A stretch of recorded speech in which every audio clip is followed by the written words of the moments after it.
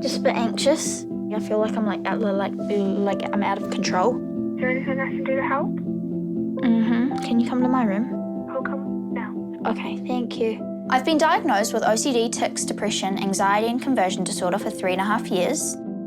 And living in this warped COVID world, it's been a challenge for me and my whole family in different ways. I wouldn't wish it on anyone to live with any kind of mental illness, but in a weird way, it can be easier when those close to you are able to relate. And for me, that is my sister. She's my best friend and the one I know I can always call on, and it does help that I know she gets me no matter what.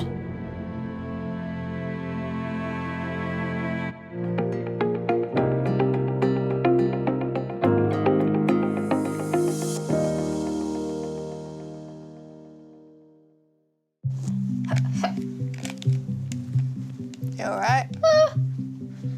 You're a wizard, Ari. Officially, I am diagnosed with tic disorder, anxiety, depression, obsessive-compulsive disorder, and conversion disorder. Wrong! Wrong again. Technically, I have Tourette's, but it's been not diagnosed yet. Sorry, my brain is staring and I can't stop it. You're good. Do the shadow and we're good. I'm not the only one in the family who has some mental health problems. Ella has anxiety and OCD. Is it nice and organised? No. Did you find... Oh, yeah, you found the one that I had in there for you. My family is, like, a little bit chaotic, but it always just works out and it just feels normal. Bam, like, she's always there for me. I love her. She's my best friend in the world. Like, she knows everything and I know that I can trust her with anything. I just don't know how you can cope with, like, not wanting to go out, though. People suck. I want to stay inside. Yeah, but, like, still, see different people. Otherwise, you're just stuck with me. No, I walk away from you. I just want to see Dad, Karen, Mum, doggies, cats. Want to see yourself? No, I really don't. So in my house, I live with my sister, my mum, my 2 dogs, Harper and Pippa G. And then at my dad's house, I live with my dad's partner, Karen. I live with my mum and dad 50-50, so I live with my mum for a week and then my dad for a week. Go. I'm gone. By that, I mean, can you please go sit down? Can I just put No, I can do that. I love cooking. Apart from when you put your hands on a hot plate. Yeah, when my tics are bad as well, it can get a little bit messy. To stop anything bad happening when she's cooking, I do like to sit here just as much as anything to make sure she doesn't cut herself or burn her hands. Because of her tics, she has in the past done both of those things. Oh, that's hot.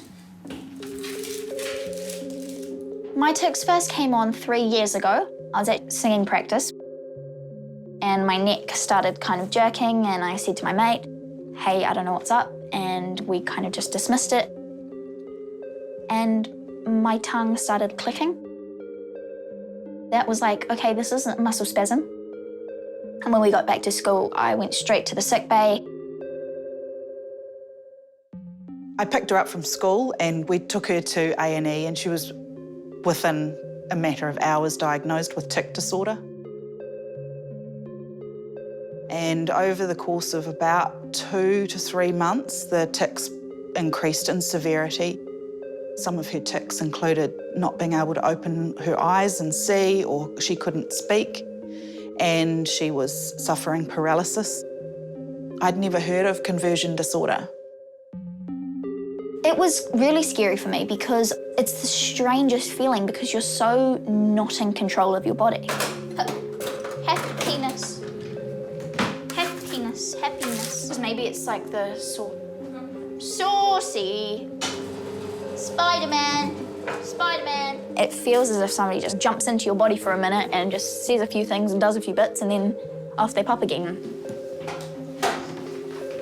Spider-Man's magic. You right there, Bamo? Yeah, good. So there is a bit of a difference between tics and Tourette's.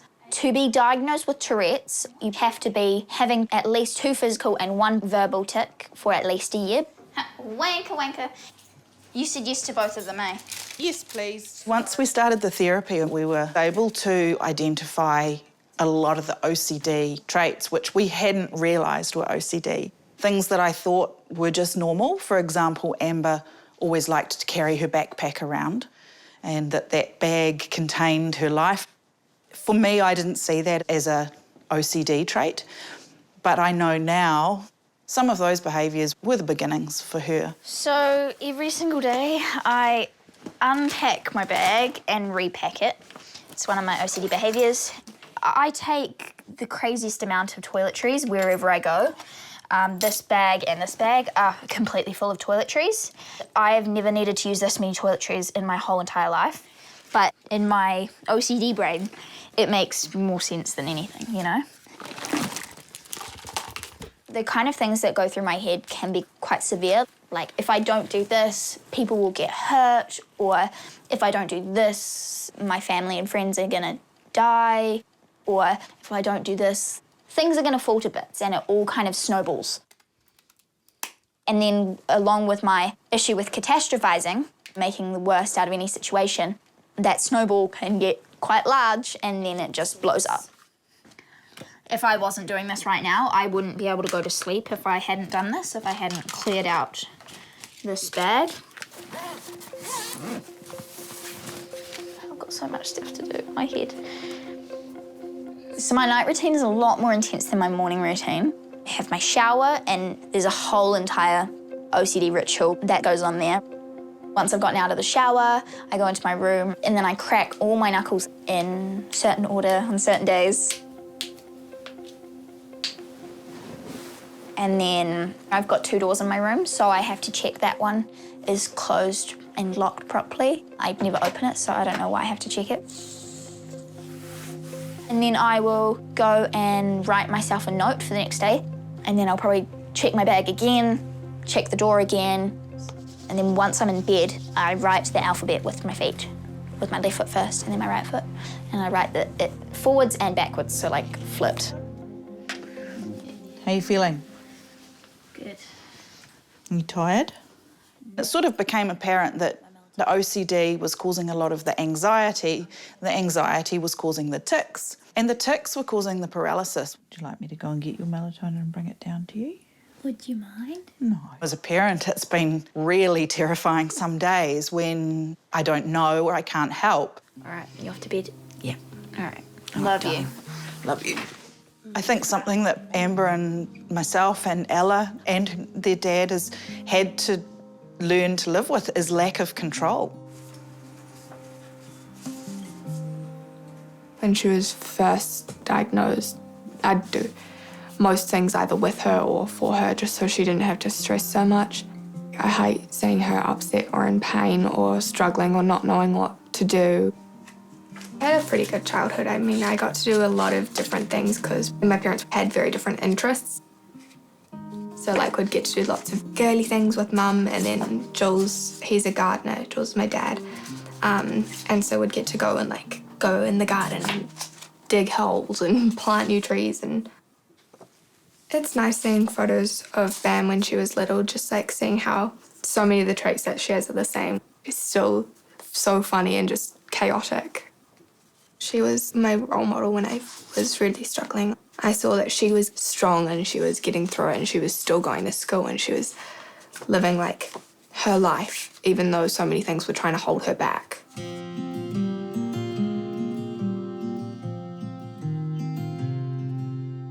My anxiety first started impacting me from year 7.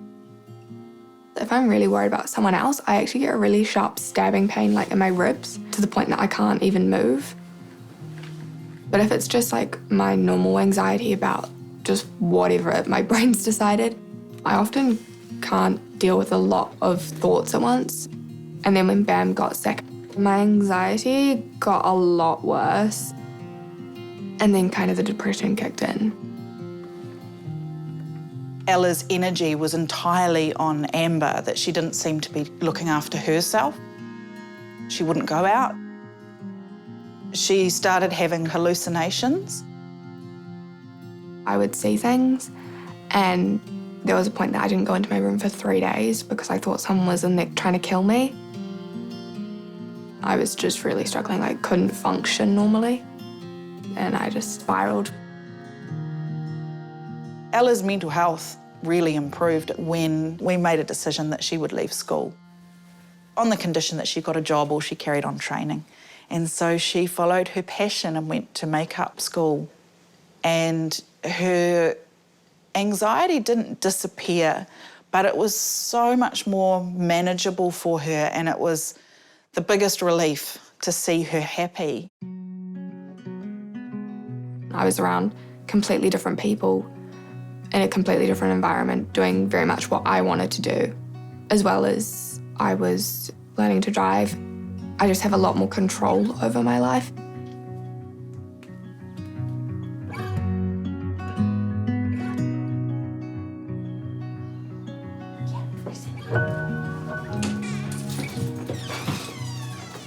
Morning, Bam Bam. Morning. When I wake up in the morning, I crack my knuckles in a certain order, and then I check my phone, and I check certain apps on certain days in a certain order, and then I crack every single bone in my body that I'm able to. If I didn't crack my knuckles, I think it would just be, like, on my mind. I think I would probably be able to, like, subside the thought for a while, but it would just kind of keep building and building and building, and it'd get to a point where I just need to do it. Good girl. In the mornings, I try for a path of least resistance. In the evenings, I'll push the OCDs a lot more because I know that at least if she falls to pieces that she's had her school day in. Whereas in the mornings, it's kind of like, how do we just make this happen? Hi, love. There are a few things that throw her, for example. Maybe like the shoes are on the floor rather than on the chair. And then other days, it could be something major where, you know, she gets into her uniform and then I tell her it's mufti day. I was just checking if I've got all my gum. I have to have a lot of gum because one of my tics is that I chew my tongue. So I sometimes chew bits of my tongue off, and the only thing that stops that tic is if I have gum to chew on. There's so many things that can happen in that half an hour after I brush my teeth. I get into my uniform and normally like check my bag about 4 or 5 times that I've got the things in it that I do, even though I've already checked like twice that morning and twice the night before I check again. What's with this tapping of the number 8? So I just tap 8 on all like parts of my face. If I'm feeling anxious, I also do it on my shoulder bones, and these aren't your shoulder bones, are they? I don't know, shoulders, and sometimes on my hips as well. I don't know why I started doing it a while back. It seems to calm me down, makes me kind of just take a moment and think, because I need to think about how many I'm doing. So I don't know, it's kind of it seems to help because I just kind of shut off from the world for a second and just have to kind of count and just do a little bit of taking a moment for myself, and it seems like a nice even round number, so I often do that. Any number except for 4 is fine. Going to school after I got diagnosed was really quite hard. If it gets so overwhelming, get yourself a break, Yeah. all right? Well, it's okay. I've got learning centre second period, so we'll be good. It was a really difficult age because you're just coming into intermediate, and it's the time where, you know, you're starting to change and you're wanting to fit in with the rest of the crowd, and then tics pop up and it's like, well, that's going to be impossible to fit in with when you're saying and doing weird things. You know, I'd sit in the back of the class hitting my head so hard because I was having a tic attack. And there were days where I couldn't go to school because my tics were so bad.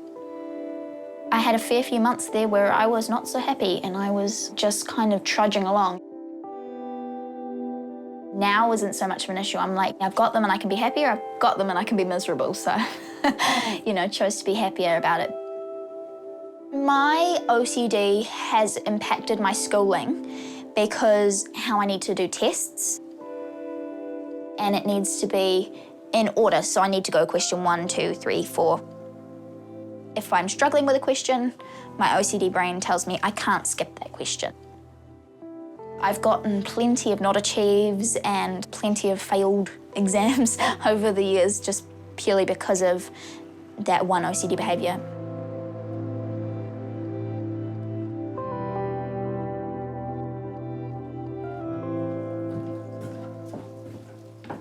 Deciding to work from home was a massive decision. I've always been a career woman and I worked through having babies and I managed to make it all work, but that just means that I can make sure that Amber can get to school. Also, it isn't uncommon that the school will call me to go and pick her up. And that would be on top of weekly therapy sessions. And her dad, he's self-employed as well. So between us, we always make sure that when she goes to those appointments that she's not having to go on her own.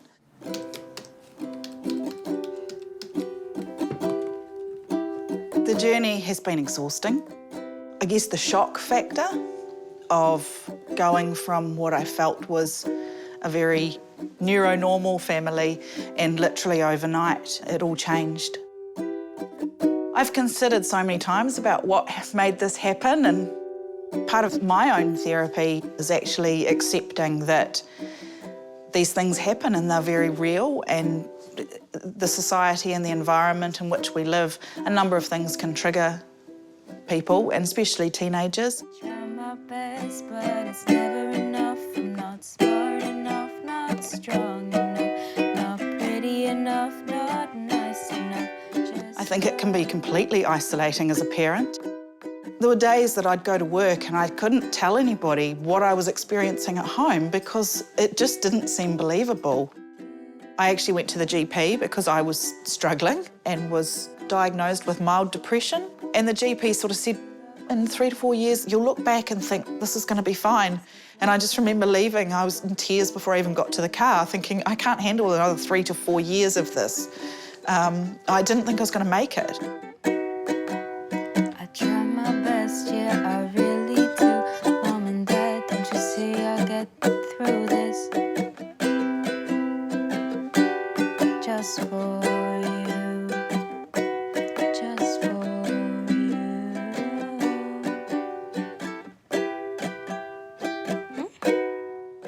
We haven't written a song in so long together. Fully. No. Ali is my best friend. I love her to bits. And we haven't seen each other for a while because of the COVID situation. Okay, read it from there, from the top. When Ali and I met, I'd already been diagnosed. So she only ever has known me with tics and anxiety. Titties. Yep. Sorry. How do you feel about my tics and stuff? Like, how does that impact you?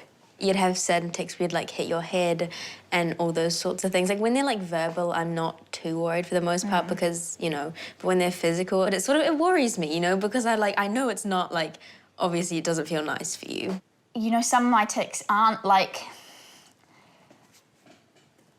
the greatest thing to have. Or the most appropriate. Or the most appropriate Yeah. to have at school especially. I know it's best if I just let them out. Yeah. But yeah, our age, I feel like lots of people try and just blend into the crowd. Yeah. And I'm kind of trying to do the same.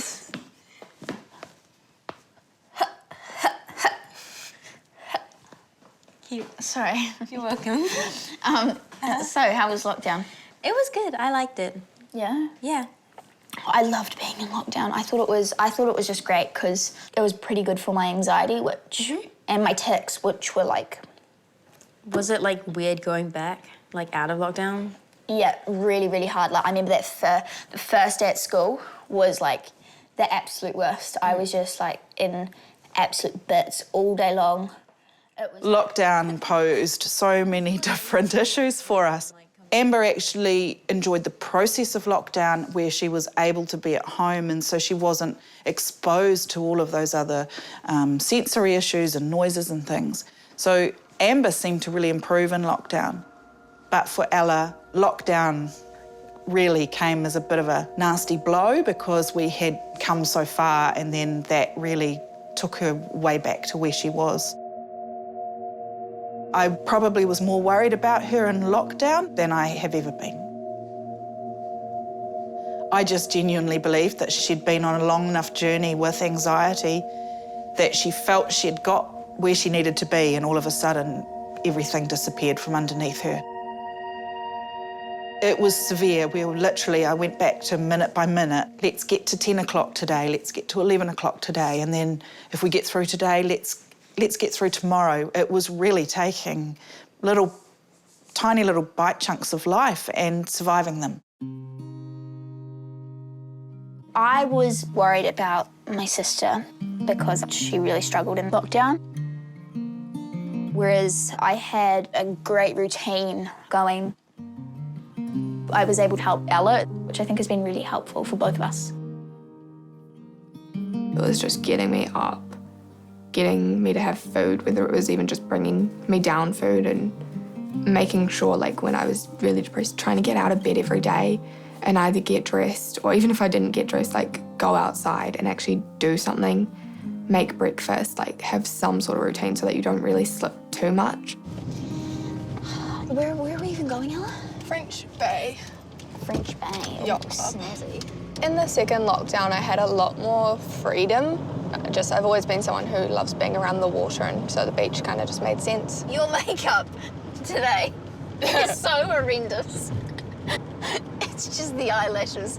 When I'm looking here, they look like they're like a metre out of your face. They are a metre out of my face. I love driving a lot, so I'll go to the beach, I'll go for a run with the dogs. And my makeup, I know that my makeup is always kind of something that I can do just to relax and kind of get back to a good place. Need to draw attention. Let's keep this Batmobile in stealth mode. I was just like, I know. You really want to go, huh? I don't really know what I'm put here for. Lying with my head on the bedroom floor. They are incredibly close, and it's just beautiful watching them together. And sometimes their sister has been the only other person that understood them. Even up until about 6 months ago, I felt a lot of guilt for all of Ella's problems. And I still have those days where I'm like, oh, you know, it's my fault that she has this.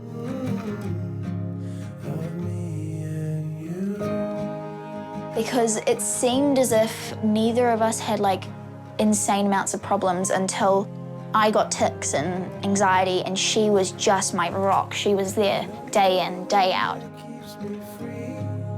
It's important that she knows that nothing I've gone through is because of her. I would never want her to feel that way. She's my best friend in the world.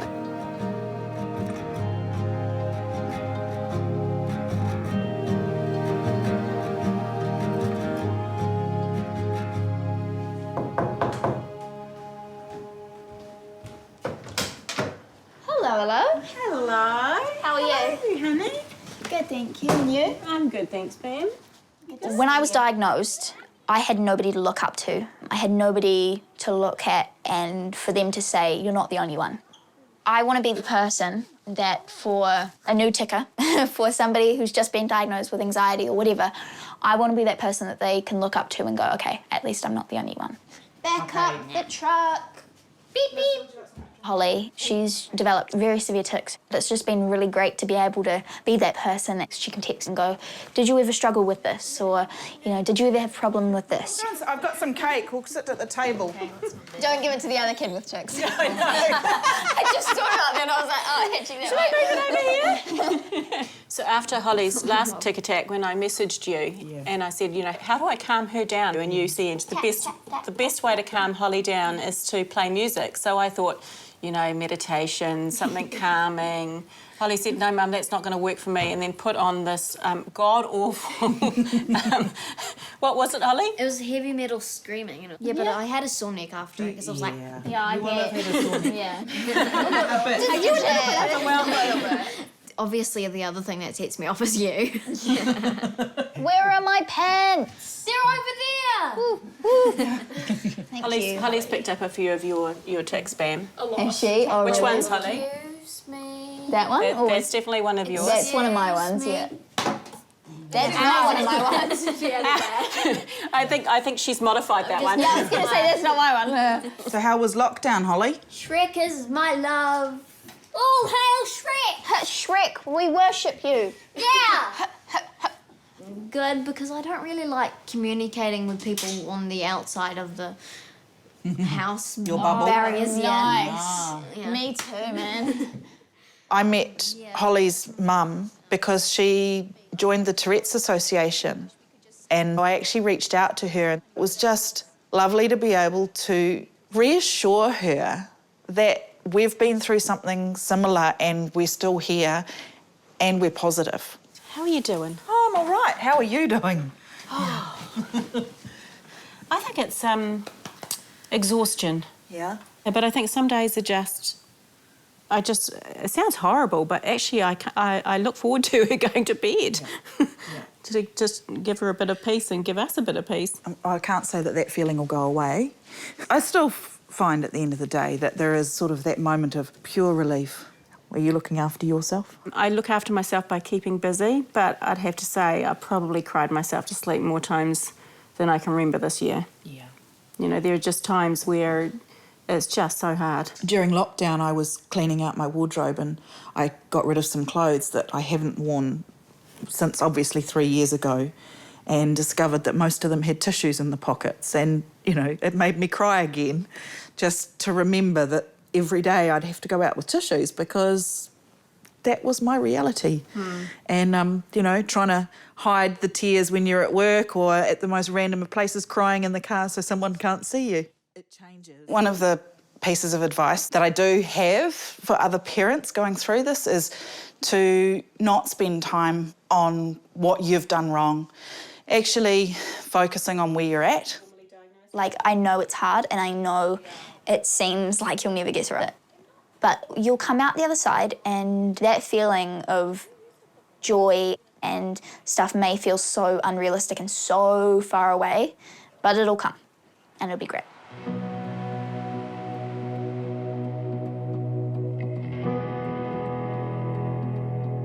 I lost hope probably more times than I count, but I have a lot of hope today. I think where we're at is in a really positive place right now.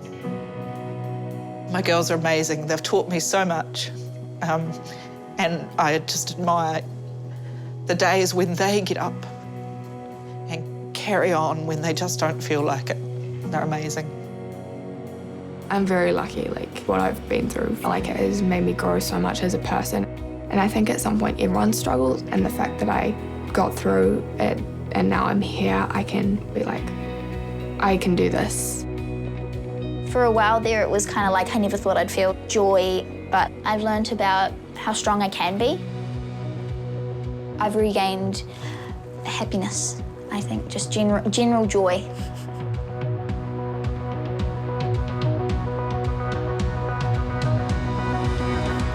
Try my best, yeah, I really do. Mom and Dad, don't you see I get